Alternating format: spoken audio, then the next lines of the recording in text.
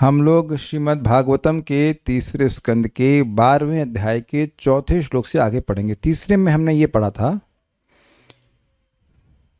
दृष्ट्वा पापीयसीं सृष्टिं नात्मानं बहवमन्यत भगवद ध्यान पूतेना मनसान्याम ततो सृजत। अपने द्वारा जो सृष्टि करी गई थी, तमस की सृष्टि, दृष्ट्वा पापीयसीम सृष्टि, इस पापमय सृष्टि को देख करके न आत्मानम बहव मन्यता, अपने आप को बहुत नहीं माने। पूछे कोई व्यक्ति, ब्रह्मा जी कहाँ से आ रहे हैं? कह रहे हैं ये सृष्टि करके। अरे आप तो सृष्टि करते हैं, क्या सृष्टि किए हैं? तम मोह महामोह तामिश्रम तामिश्रम। तो व्यक्ति शक्ल देगा, ये क्या करके आ रहा है? Is it not? ये क्या करके आ गए? तो आप समझ रहे हैं, it's not something very great he did. Astonishing है कि सभी जीवों को मोहित कर रहा है, लेकिन कार्य तो बहुत अच्छा नहीं है। तो वो खुद भी अच्छा नहीं माने। हम सुन चुके हैं कि भक्त को कभी नहीं अच्छा लगता कि वह निमित्त बने किसी व्यक्ति के नीचे गिरने का। Not here from that perspective. अगर हम किसी का भला ना कर सकें, भला किसी का कर न सको तो बुरा किसी का मत करना, ऐसे का कोई भजन है ना? गलत, लेकिन बात तो गलत नहीं है ना। तो अब ब्रह्मा जी को एक शुद्ध भक्त होने के नाते खराब तो लगा ना। ठीक है, थैंकलेस कार्य है, ड्यूटी है, सब कुछ है, लेकिन वह तो निमित्त बनेंगे ना। कितने ही लोग कितने गलत कार्य करने के, क्षमा कीजिएगा, तो कितने नहीं, सभी के सभी लोग जो इस पापमयी सृष्टि से प्रभावित हैं होंगे ही, वो सब गलत कार्य करेंगे। और उसके निमित्त कौन बन रहे हैं? उसके इंस्ट्रूमेंट कौन बन रहे हैं? ब्रह्मा जी। तो कैसे अपने को अच्छा मान ले कि हम बड़ा अच्छा काम किए हैं? तो अब भगवत ध्यान पूतेना, इस कारण भगवान के ध्यान कर रहे, ध्यान किए भगवान विष्णु का, कृष्ण का, और इस प्रकार से वे पवित्र हुए और मनसा, मन के द्वारा, अन्याम ततः असृजत, ततः मतलब उसके बाद उन्हें एक अन्य सृष्टि करी। और ये अविद्या की सृष्टि से भिन्न सृष्टि है, वो विद्या की सृष्टि है। तो विद्या की सृष्टि में क्या हुआ? 4 उनके लड़के प्रकट हुए। और वो कहाँ से प्रकट हुए? मन से प्रकट हुए। तो मेरे पीछे बोलिए। सनकम च सनंदम च सनातनम अथात्मभू। सनकं च सनंदं च सनातनम् अथात्मभूः। सनत्कुमारं च मुनीन् निष्क्रियान् ऊर्ध्वरेतसः। सनत्कुमारं च मुनीन् निष्क्रियान् ऊर्ध्वरेतसः। सनकं च सनंदं च सनातनम् अथात्मभूः। सनकं च सनंदं च सनातनम् अथात्मभूः। सनत्कुमारं च मुनीन् निष्क्रियान् ऊर्ध्वरेतसः। सनत्कुमारं च मुनीन् निष्क्रियान् ऊर्ध्वरेतसः। सनकं च सनंदं च सनातनम् अथात्मभूः। सनकं च सनंदं च सनातनम् अथात्मभूः। सनत्कुमारं च मुनीन् निष्क्रियान् ऊर्ध्वरेतसः। सनत्कुमारं च मुनीन् निष्क्रियान् ऊर्ध्वरेतसः। बोलिए। सनकं च सनंदं च सनातनम् अथात्मभूः। सनकं च सनंदं च सनातनम् अथात्मभूः। सनत्कुमारं च मुनीन् निष्क्रियान् ऊर्ध्वरेतसः। सनत्कुमारं च मुनीन् निष्क्रियान् ऊर्ध्वरेतसः। सर्वप्रथम ब्रह्मा ने 4 महान मुनियों को उत्पन्न किया, जिनके नाम सनक, सनंद, सनातन तथा सनत कुमार हैं। अब मुझे ये याद नहीं आ रहा कि इनके नाम क्यों ऐसे हैं। हम लोग पढ़ा चुके हैं, एकदम याद नहीं आ रहा।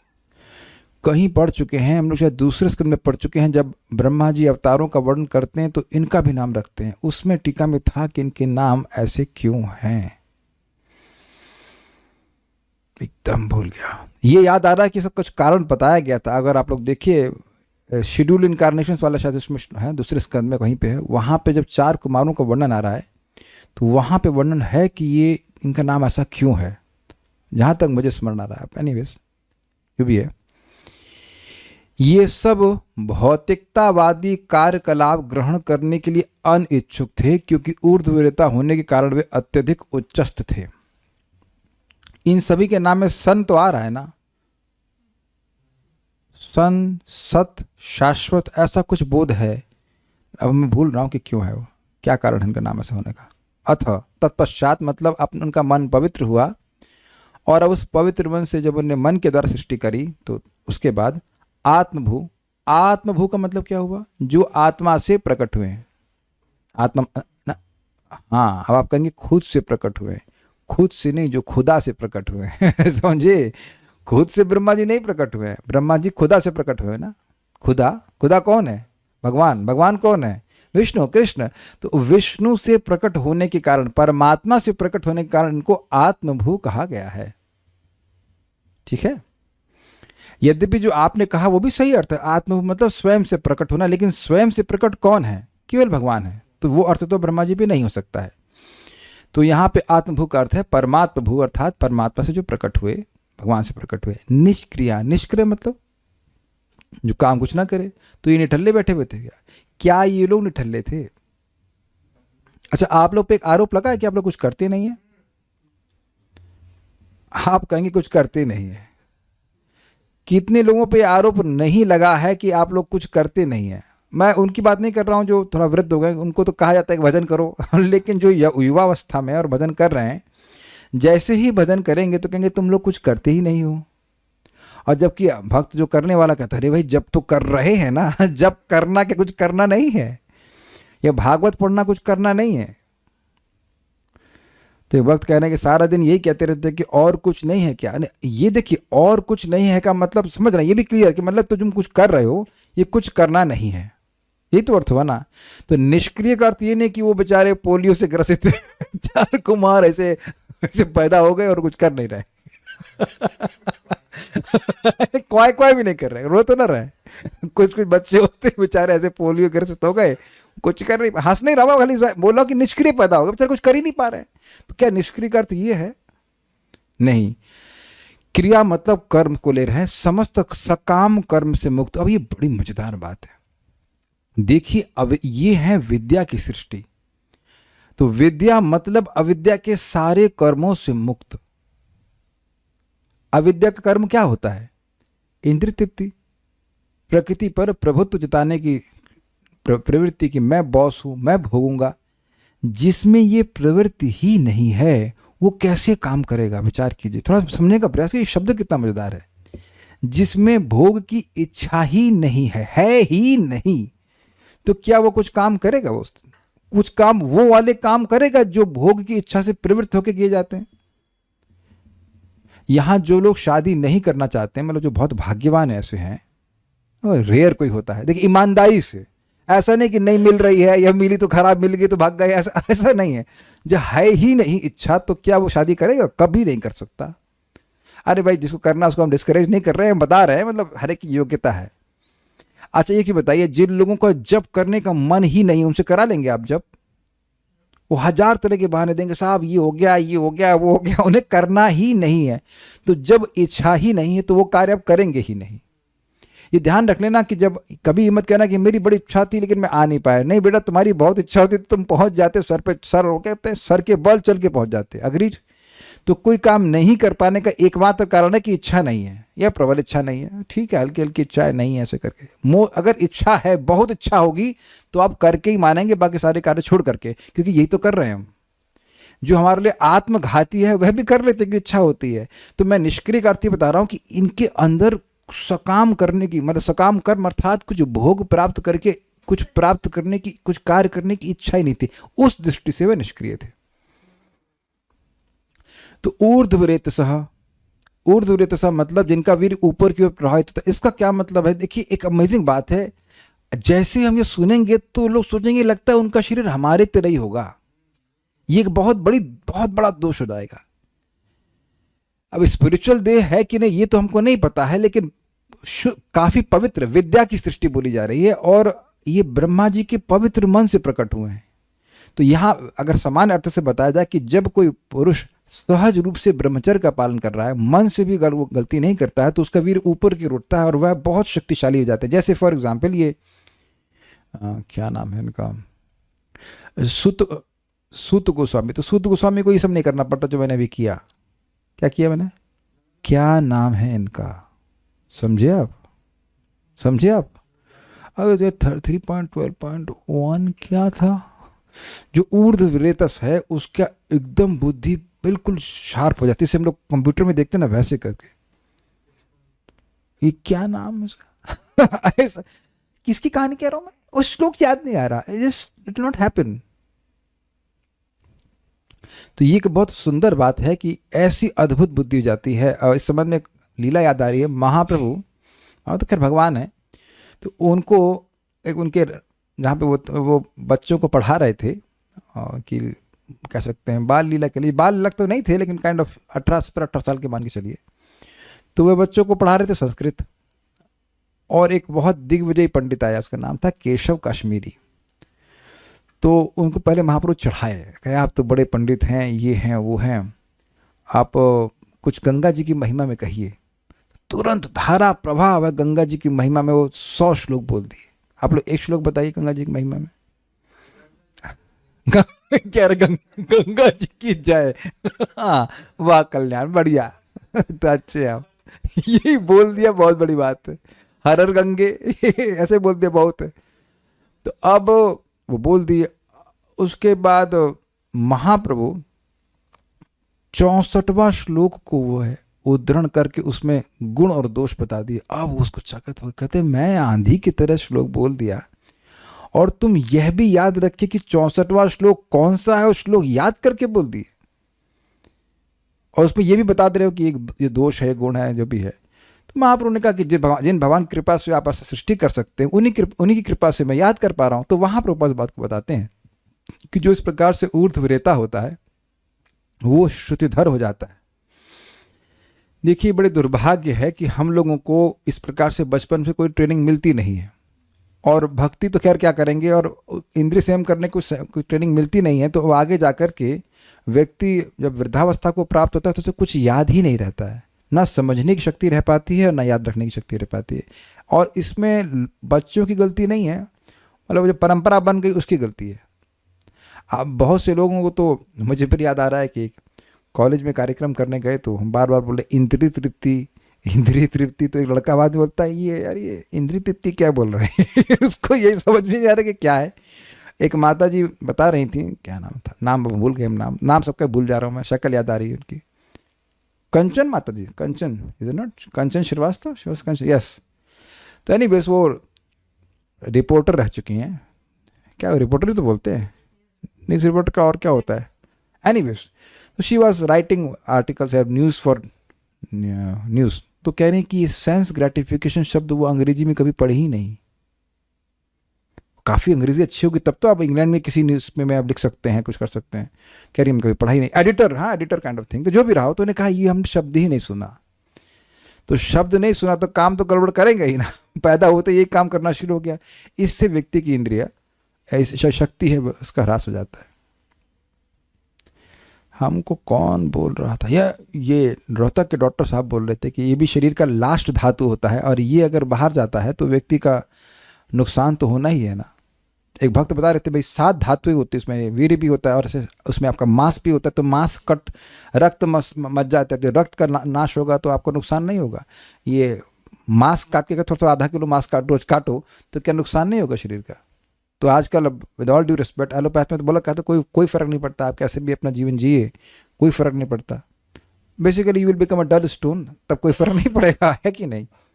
तो यहाँ से बात बोल रहे हैं कि इनका वीर ऊपर की ओर प्रभावित होता है और इस कारण से वह बहुत प्रबुद्ध है। लेकिन ये एक इंटरेस्टिंग बात है कि तो पैदा ही हुए हैं, तो पैदा हुए बच्चे का ये कोई मन तो डिस्टर्ब होने वाला है नहीं, ये पैदा ही ऐसे हुए हैं कि ये ब्रह्मचारी रहने वाले हैं। इनके हृदय में भोग की इच्छा आई ही नहीं कभी से। ब्रह्मा जी जब से हुए तब से ये हैं, ये कभी इनके मन में इच्छाएं आई नहीं। ये बड़ी जबरदस्त बात है, यहां तक कि ये बड़े ही नहीं हुए। That's very interesting. वो जान रहे हैं, ये भी बच्चों कैसे पता, बच्चों को तो नहीं पता होता है, लेकिन वो समझ जानते हैं कि जब युवावस्था होता है तो व्यक्ति को काम इच्छा बहुत डिस्टर्ब करती है, तो वह अपनी योग शक्ति से 5 साल से बड़े ही नहीं हुए। अब ये सब फैसिलिटी तो मनुष्य को नहीं प्राप्त है, किसी को भी नहीं प्राप्त होती, वो इसी प्रकार से रहते हैं। कपड़े भी नहीं पहनते बच्चों, 5 साल का बच्चा कपड़ा पहने ना पहने क्या फर्क पड़ता है, लेकिन अत्यंत प्रबुद्ध हैं।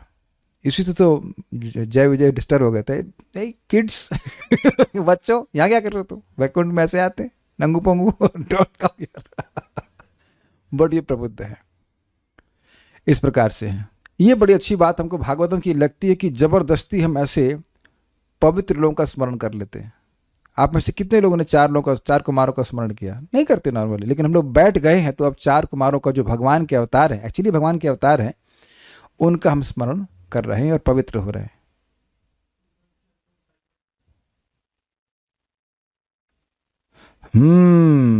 बहुत अच्छा मुकुंद सेवनी माता जी, बहुत बहुत धन्यवाद, आपने बहुत अच्छा बताया।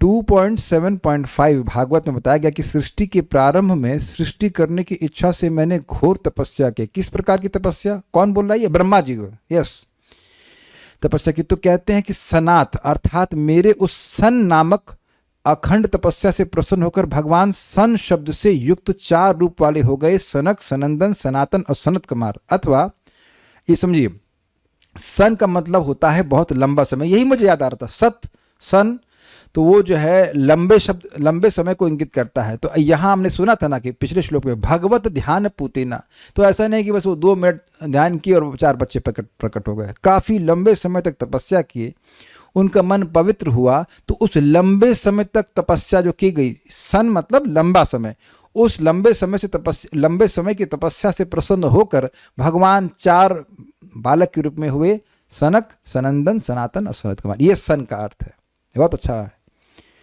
और उसके बाद कह रहे हैं अथवा सनात अर्थात मेरी इस तपस्या रूपी दान अर्थात भगवत समर्पण के कारण भगवान 4 रूप वाले हो गए। तो दूसरा अर्थ ले रहे, सनात का मतलब दान, सनात मतलब दानात। मेरे इस तपस्या रूपी दान से, यानी कि हम तपस्या करते हैं तो लोग भाव ये रहता है कि मैं आपके लिए कर रहा हूँ, आपको दे रहा हूँ, समर्पित कर रहा हूँ। तो मेरी इस तपस्या रूपी सनात अर्थात मेरी इस तपस्या रूपी दान से प्रसन्न होकर भगवान सनक, सनंदन, सनातन इत्यादि हो गए। तो ये बहुत बहुत धन्यवाद, आपने इस प्रकार से बताया कि देखिए, एक अच्छी बात है कि जब ध्यान से पढ़ रहे होते हैं या पढ़ा रहे हैं तो ये जरूर याद रहता है कि कुछ पढ़ा था वो भूल गया था कि कहाँ पढ़ा था, मतलब I was remembering in that point. बहुत अच्छी बात है आप पे आई। तो समझ में आया कि सनक, सनंदन, सनातन क्यों कहते हैं। ब्रह्मा जी बहुत लंबे समय तक तपस्या किए, सन मतलब लंबा, इससे भगवान प्रसन्न होकर के सनक, सनंदन, सनातन आदि के रूप में हुए। या सनात मतलब दान, तो ब्रह्मा जी ने तपस्या रूपी दान भगवान विष्णु को दिया, तो उससे प्रसन्न होकर के भगवान इस प्रकार से 4 कुमारों के रूप में हो गए। तो भगवान के ही अवतार हैं। सनकम च सनंदम च सनातनम सनत कुमारम च, ऐसे इन चारों मुनि मतलब मुनियों की सृष्टि करी। श्लोक देखिए, सनकम च सनंदम च सनातनम आत्मभू, नाम बड़े स्पष्ट हैं। सनक, सनंदम, सनातन और सनत कुमार को, इन मुनियों को अथ आत्मभू, इसके बाद यानी कि अपने मन को पवित्र करने के बाद मन के द्वारा आत्मभू अर्थात ब्रह्मा जी ने सृष्टि करी। जो कैसे लोग थे, निष्क्रियान ऊर्ध्वरेतसा, उनको सकाम कर्म में कोई कार्य करने की रुचि नहीं थी और इस कारण वह ऊर्ध्वरेतसा, वह अखंड ब्रह्मचारी थे, उनका वीर्य ऊपर की ओर उठता था। श्रीधरी, यद्यपि प्रत्येक कल्पों में सनकादि की सृष्टि नहीं होती है, इसकी व्याख्या मैंने आपको कल करी थी। केवल ब्रह्मा जी के पहले दिन और उसके बाद जो दूसरा एपिसोड शुरू होता है, मतलब 51वें साल में जब ब्रह्मा जी फिर प्रकट होते हैं, तो फिर ये 4 कुमारों को प्रकट कर रहे हैं। क्वाइट इंटरेस्टिंग, वेरी इंटरेस्टिंग ना। ऐसा लग रहा है कि ब्रह्मा जी पहली बार पैदा हो रहे हैं। कितना अमेजिंग है ना। क्या आप 50 साल के बाद उन्हीं बच्चों को फिर पैदा करेंगे जो आप पहले पैदा कर चुके हैं? Very bewildering. और लगे हो पहली बार जाओ शादी कर, like everything is new again. This is very very perplexing. ऐसा लग रहा है कि 50 साल के बाद रिवाइंड बटन दबा दिया ब्रह्मा जी के जीवन का, है ना। वो आश्चर्य कहते हैं कि कोई दिख नहीं रहा है, फिर कोई दिख नहीं रहा है उनको, फिर वो सृष्टि कर रहे हैं, तो फिर दिस इज वेरी अमेजिंग। ऐसा लग रहा है कि बिल्कुल सब कुछ नया है ब्रह्मा जी के लिए। ठीक है, यद्यपि प्रत्येक कल्पों में सनकादि की सृष्टि नहीं होती है, फिर भी ब्राह्म सृष्टि का वर्णन करने के कारण उन लोगों की सृष्टि यहाँ बतलाई गई। मतलब ब्रह्मा जी की सृष्टि का वर्णन हो रहा है, तो उसके उपक्रम में, उसको बोलने के क्रम में ये बोला जा रहा है कि कुमारों की सृष्टि ब्रह्मा जी ने करी। यद्यपि सृष्टि नहीं करी, वो प्रकट हो गए उनसे। जैसे मान लीजिए अब यहाँ मैं बैठा हूँ और कोई दूसरे वक्त को इधर से उस रूम से बुलाना यहाँ पे, तो बुला लिया तो उसका मतलब नहीं इसको पैदा किया। So it just they are again manifesting through him. वास्तविकता यह है कि प्रत्येक कल्प में मुख्य सृष्टि ही होती है। मुख्य सृष्टि मतलब स्वर्गलोक से लेकर के त्रिलोक, यानी स्वर्गलोक, मर्त्यलोक और पाताल लोक, ये जो त्रिलोकी, इसको त्रिलोकी कहते हैं, यही वस्तुतः सृष्टि होती है, ये कहते हैं।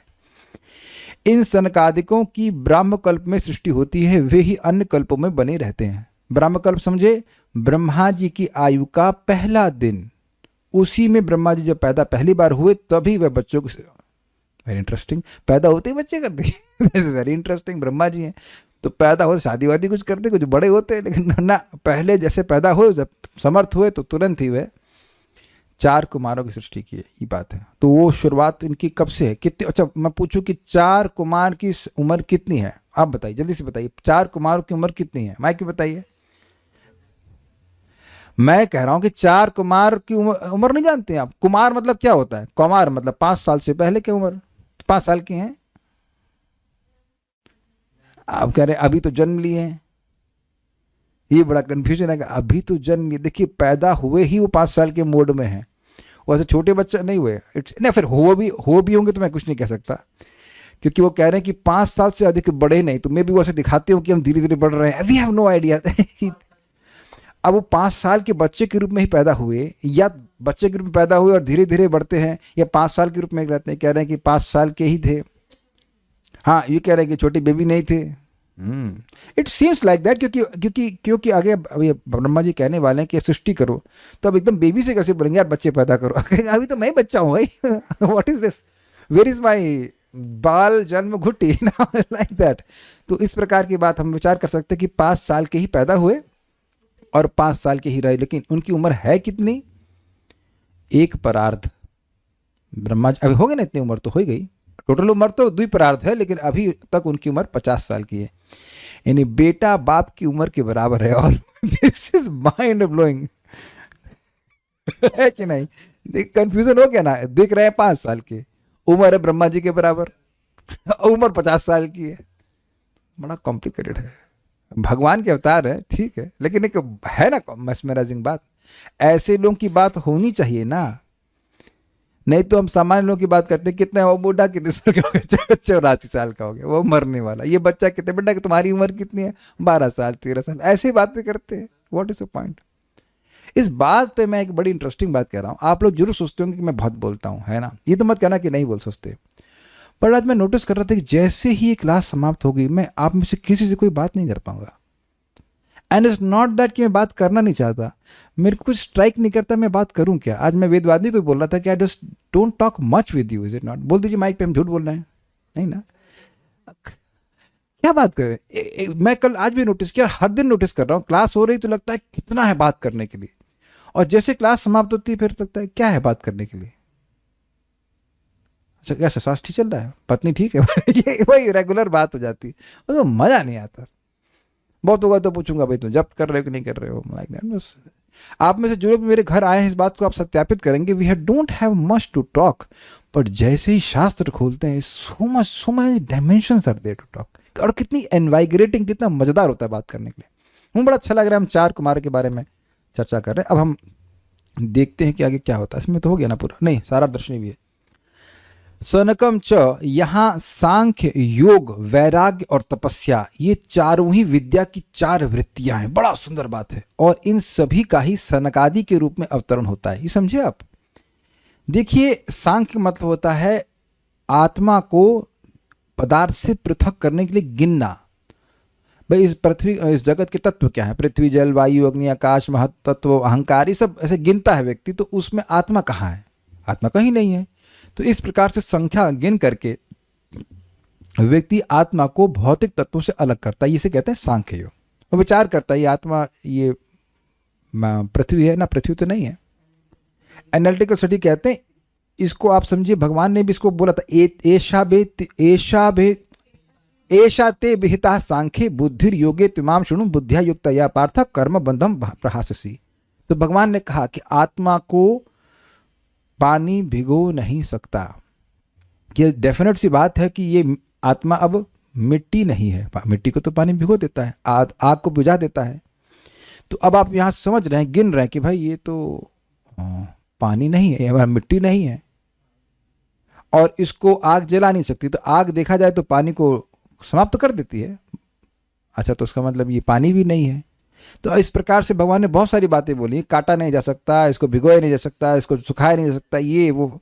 तो ऐसे करके व्यक्ति को अंदाज लगता है कि भाई आत्मा कुछ अलग तत्व है भौतिक पदार्थों से। समझ में आ गया ना बात? ठीक है। तो ये सांख्य योग मतलब अष्टांग योग, वैराग्य मतलब जगत से वैराग्य, और तपस्या मतलब इंद्रिय संयम। ये चारों ही विद्या की 4 वृत्तियां हैं। इसका मतलब ये है कि इन चारों को करने से व्यक्ति का अविद्या का दोष निवर्तन होता है, नष्ट होता है। अविद्या में व्यक्ति क्या कर रहा है? मान रहा है कि वो देह है। अब सांख्य का वो विचार करेगा तो समझेगा कि भाई हम तो देह नहीं है। आप देखेंगे हम लोग प्रीचिंग में पहले यही उपयोग करते हैं ना कि क्या मैं ये आँख हूँ, क्या आई एम सॉरी नहीं, क्या मैं ये नाक हूँ, क्या मैं आँख हूँ, क्या मैं कान हूँ। तो अब इससे थोड़ा स्टार्ट मिलता है, लेकिन हम लोग दिन भर यही नहीं बोलते रहते क्या मैं आँख हूँ, क्या मैं नाक हूँ। That is not a process.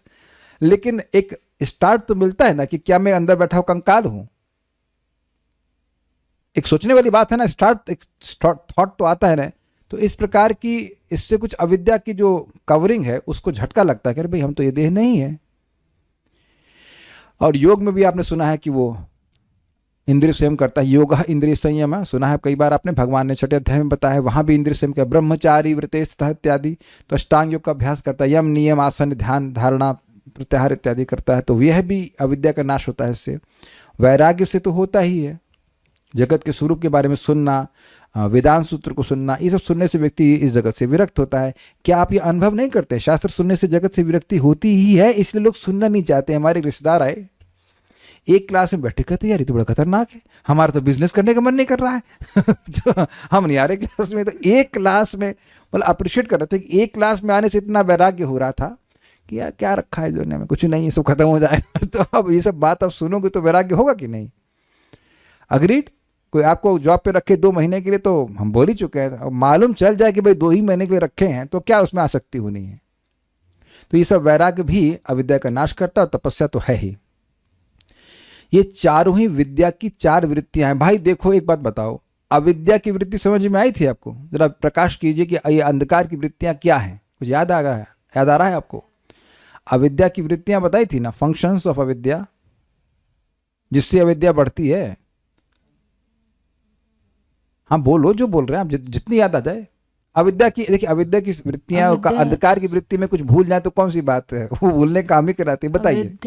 हाँ, अस्मिता, हाँ, राग, द्वेष, अभिनिवेश। बिल्कुल परफेक्ट याद हो गया आपको। तो 5 चीजें हैं, अविद्या, अस्मिता, राग, द्वेष, अभिनिवेश।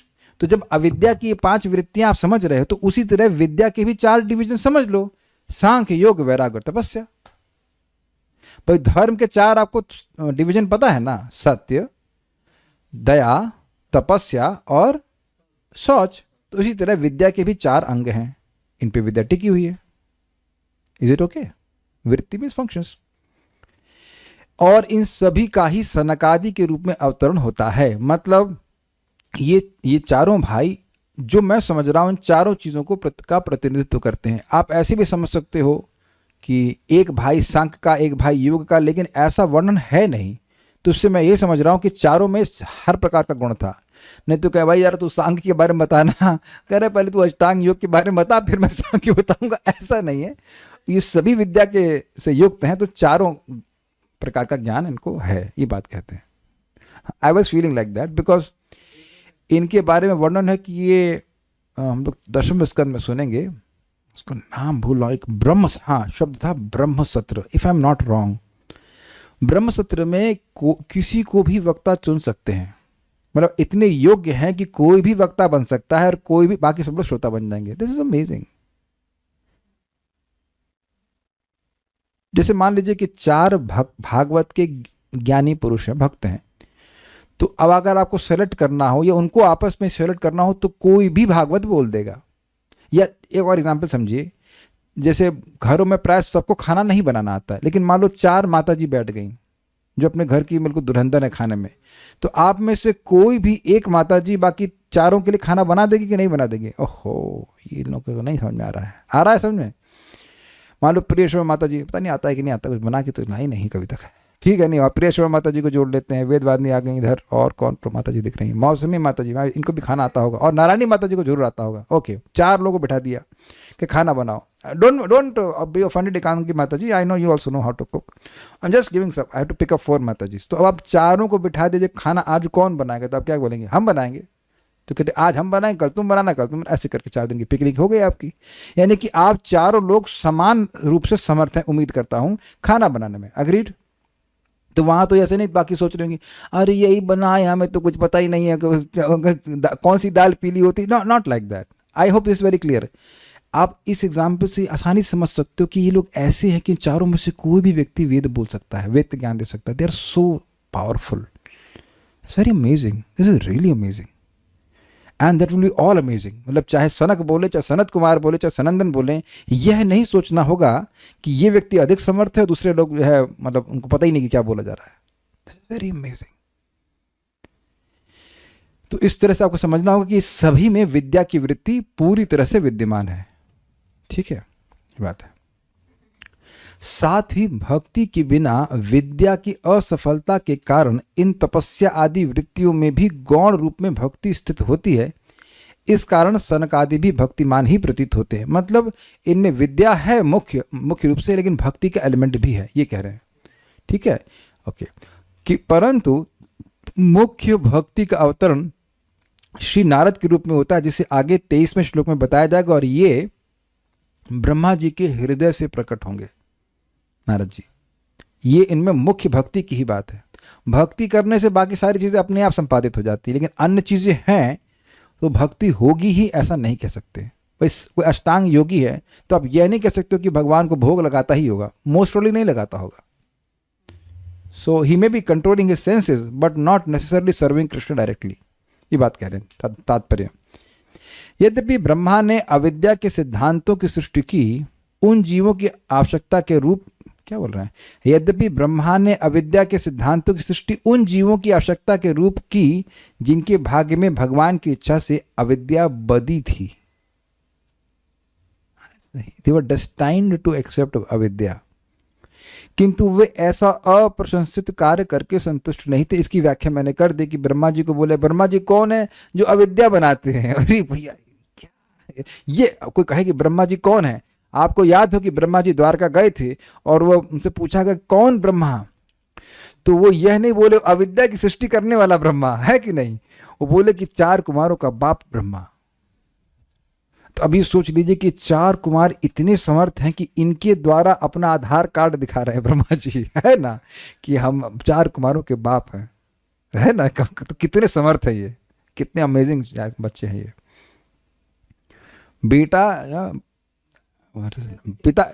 बेटा बाप का नाम रोशन करता है, ही इल्यूमिनेट्स कि किसके बाप है ये, लाइक दैट।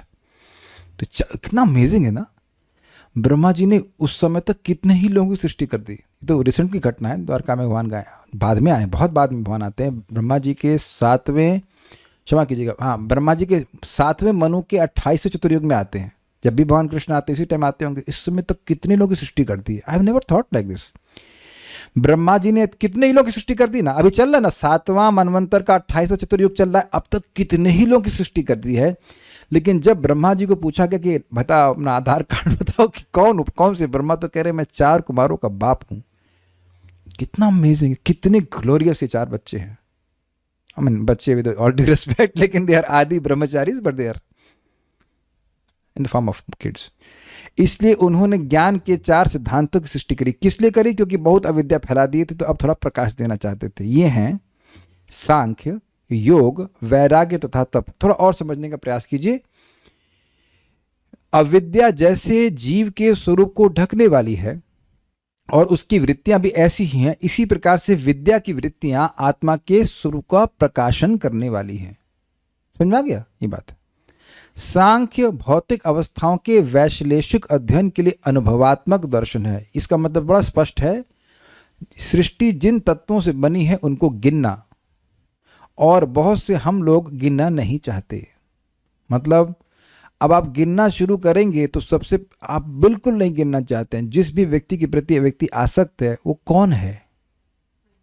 गिनिए, आप गुनिए इसको। पृथ्वी है कि जल है, कि अग्नि है, कि वायु है, कि आकाश है, कि क्या है, तो आप देखेंगे कि वहाँ मन, दिल तो पागल है दिल विल नॉट एक्सेप्ट इट, है ना। कोई घर में मर गया, किसी की मृत्यु हो गई, तो कौन मर गया? पृथ्वी, जल, वायु, अग्नि, आकाश, कौन मर गया? तो देखेंगे कि लोग इमोशंस में बह करके बिल्कुल भूल जाते हैं कि जिसको हम बहुत प्रेम कर रहे हैं, जिसको हम मानते हैं कि हम प्रेम कर रहे हैं, we don't know that person. और मैं किसी व्यक्ति विशेष को नहीं कह रहा हूँ, ये लग सकता है कि मैं किसी व्यक्ति विशेष को कह रहा हूँ, लेकिन ये अज्ञान टोटल हम सबका ही है ना। ये हमारी पत्नी है, ये हमारे बच्चे हैं। कौन तुम्हारी पत्नी है? हो सकता पृथ्वी तुम्हारी पत्नी हो, फीमेल, अग्नि हो सकती है, जल तो यार मेल हो गया तो फिर अच्छा। और मन, बुद्धि, अहंकार किसको पत्नी बनाए हुए हैं और किसको पति बनाए हुए हैं? तो आप देखेंगे सांख्य बिल्कुल नहीं अच्छा लग रहा ना, बड़ा दिक्कत हो जाएगी सांख्य से। लेकिन जो सांख्य में सब पड़ा रहेगा तो काहे, वाकई जो सांख्य योगी हो गया उस तो वो दुनिया को ऐसे ही देखेगा, पृथ्वी, जल, वायु, अग्नि, आकाश, वो जरा रिश्ते में ट्रांसलेट ही नहीं करेगा। इसीलिए तो शादी नहीं कर पाए लोग। अभी अगले श्लोकों में ऐसा आएगा। तो ये सांख्य का सिस्टम है, ये है वास्तविकता। हम वास्तविकता को देखना नहीं चाहते हैं। वास्तविकता तो यही है, हमारा देह इन सब चीज़ों से बना हुआ है, पृथ्वी से, जल से, वायु से, अग्नि, आकाश इत्यादि से। योग भव बंधन से शुद्ध आत्मा को मोक्ष दिलाने के लिए है, जिसमें व्यक्ति परमात्मा का ध्यान कर रहा है। 6वां अध्याय भगवद गीता का आपने पढ़ाई था। शुचौ देशे प्रतिष्ठाप्य स्थिरम आसनम आत्मनः नाति ऊचम नाति नीचम नाति उच्चतम कैलाजिना कुशोत्तरम। एकदम पवित्र स्थान में जाओ, हरिद्वार आदि में, और वहाँ पे तुम एकांत स्थान में बैठ जाओ, वहाँ पे हिरण की छाल बिछाओ, अगर केस ना हो जाए तुम्हारे और बैठो, स्थिर आसन में बैठो और उसके बाद ध्यान करो। ये सब योग की पद्धति है, जिसमें तो किसी को इंटरेस्ट नहीं है, ठीक है। वैराग्य उच्चतम आध्यात्मिक ज्ञान तक ऊपर उठने के लिए जीवन में भौतिक भोग से पूर्ण विरक्ति को स्वीकार करना है। समझे कि भैया ये है, ये जगत रहने वाला ही नहीं है, ये जगत आसार है, जो कि है बात सत्य, और इस जगत में कोई दम नहीं है, ये दुखालय है। ये सब बातें सुनने से व्यक्ति को वैराग्य होता है, ठीक है। और तप आध्यात्मिक सिद्धि के लिए विभिन्न प्रकार की स्वेच्छा से की गई तपस्या है। ध्यान दीजिएगा, स्वेच्छा बहुत इंपॉर्टेंट शब्द है। अगर कोई पीट पीट कर बोले चल सारे जब कर सके, तो इसको आप तपस्या नहीं कहेंगे। कभी कभी बच्चों को डांट डपट करके माता पिता कहते हैं जब करो बात, तो वो उसको फिर अब जिंदगी भर तपस्या ही मानते बैठेंगे। बड़े हो जाएंगे तो आपकी बात नहीं मानेंगे। बड़ी सुंदर बात है, पता है। स्वेच्छा का मतलब, स्वेच्छा से क्या सूचित हो रहा है? एजुकेशन। अगर कोई आप चीज अनकंफर्टेबल है, उसको स्वीकार कर रहे हैं और स्वेच्छा से कर रहे हैं, that means you have been educated why you should do it. ये सबको एकदम स्पष्ट दिख रहा है कि नहीं? अगर मैं कहूं कि भाई सुबह उठो, तो आप पूछेंगे क्यों उठो?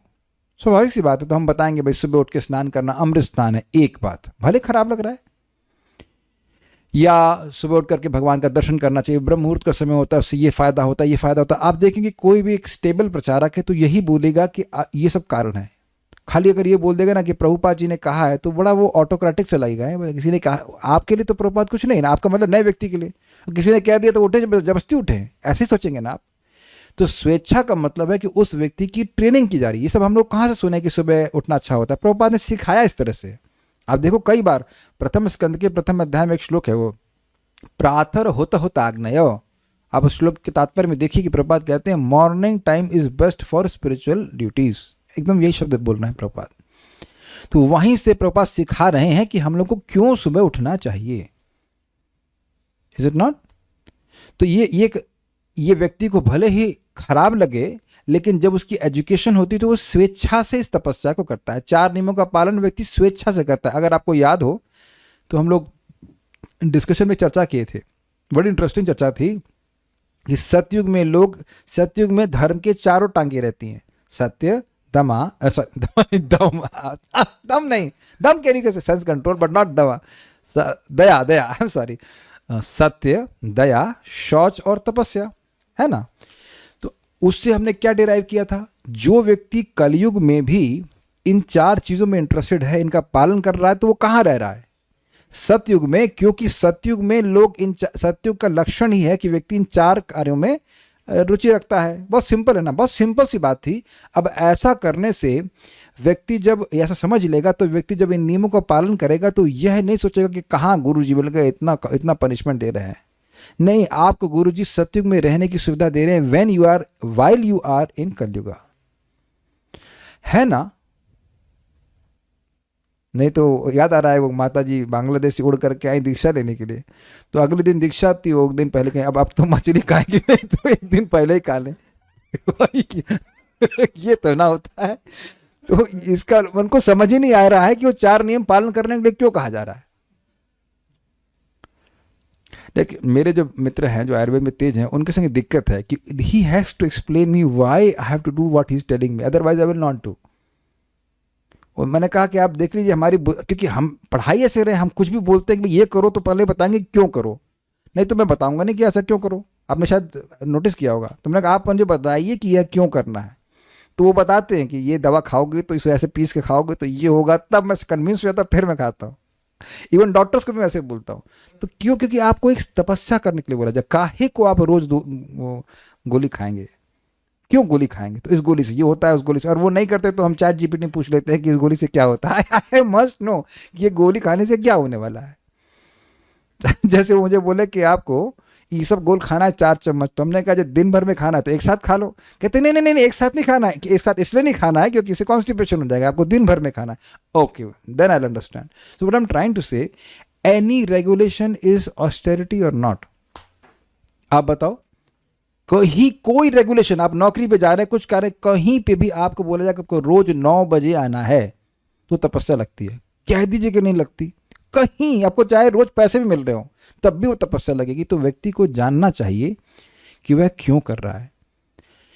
देखिए, बहुत बार बच्चे लोग जप नहीं करते हैं, तो पहले मेरे कुछ नेगेटिविटी रहती थी, अब मुझे मतलब क्यों नहीं कर रहे हैं, लेकिन उनको समझ ही नहीं आ रहा क्यों करना है। और माता पिता बेचारे समझा भी नहीं पा रहे हैं।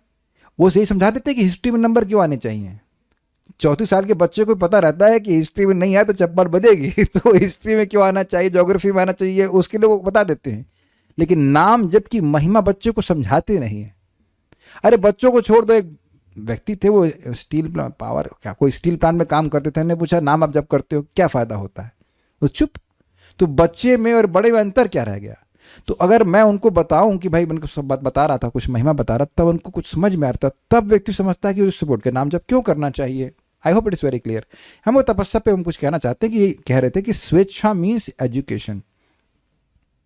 तब व्यक्ति तपस्या करता है। जबरदस्ती किसी को लाइन में खड़ा कर दो, कब मंगल आरती में खड़े हो जाओ या जप में बैठ जाओ, it doesn't work like that.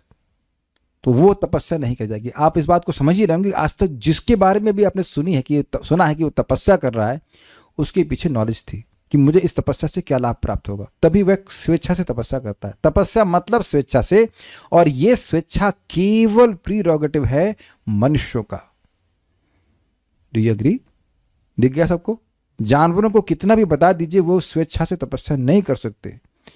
मान लो बंदर सुबह 4 बजे उठ भी जाएगा तो वो ऐसे नहीं कहेगा माला लाओ जब करना है। It can not think.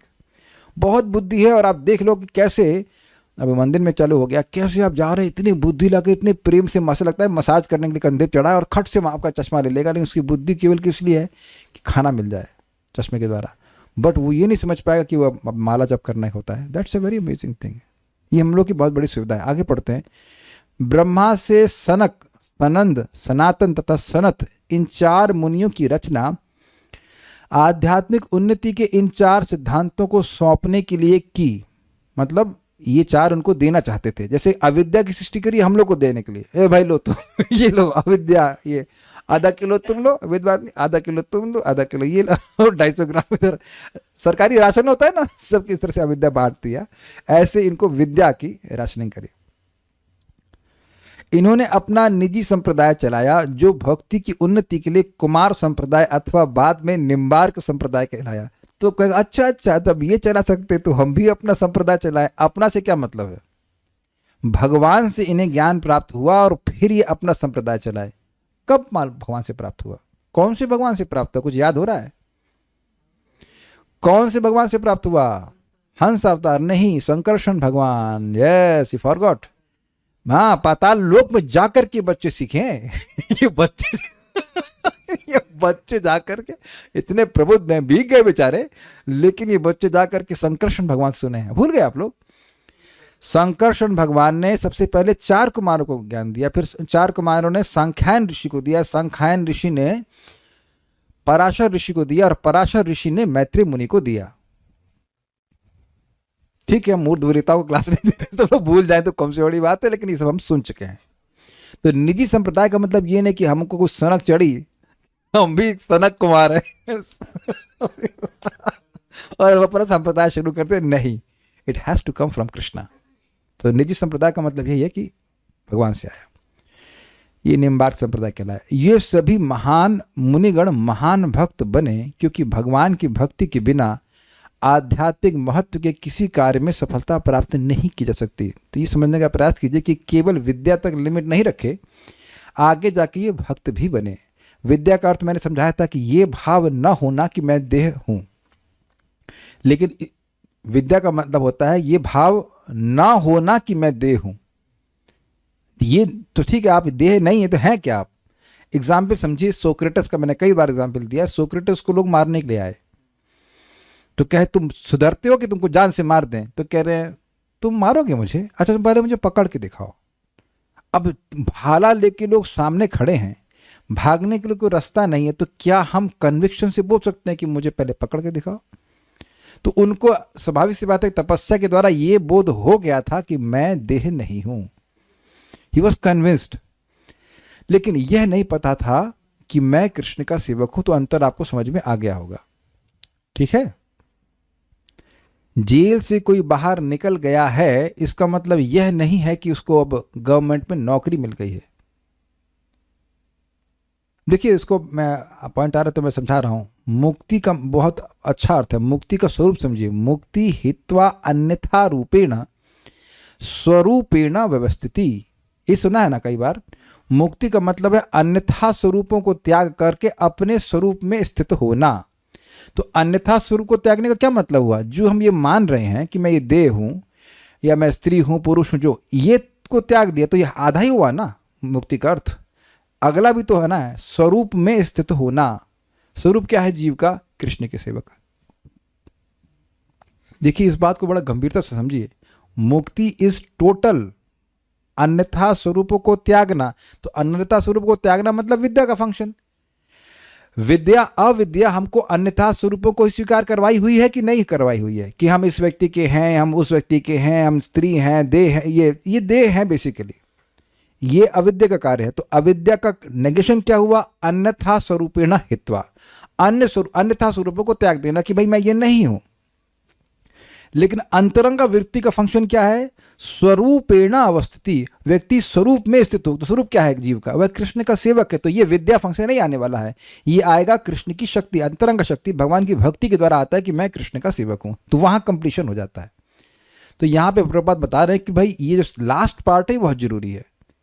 ये लास्ट पार्ट बहुत जरूरी है कि व्यक्ति भक्ति में स्थित हो, नहीं तो बाकी का कुछ समझ में नहीं आया, मतलब पूरा प्रोसेस क्लियर नहीं हुआ, पूरा नहीं हुआ। तो इसलिए कहना है कि विद्या में वे सिचुएटेड थे, आगे जाके वे भक्ति में भी सिचुएटेड हुए।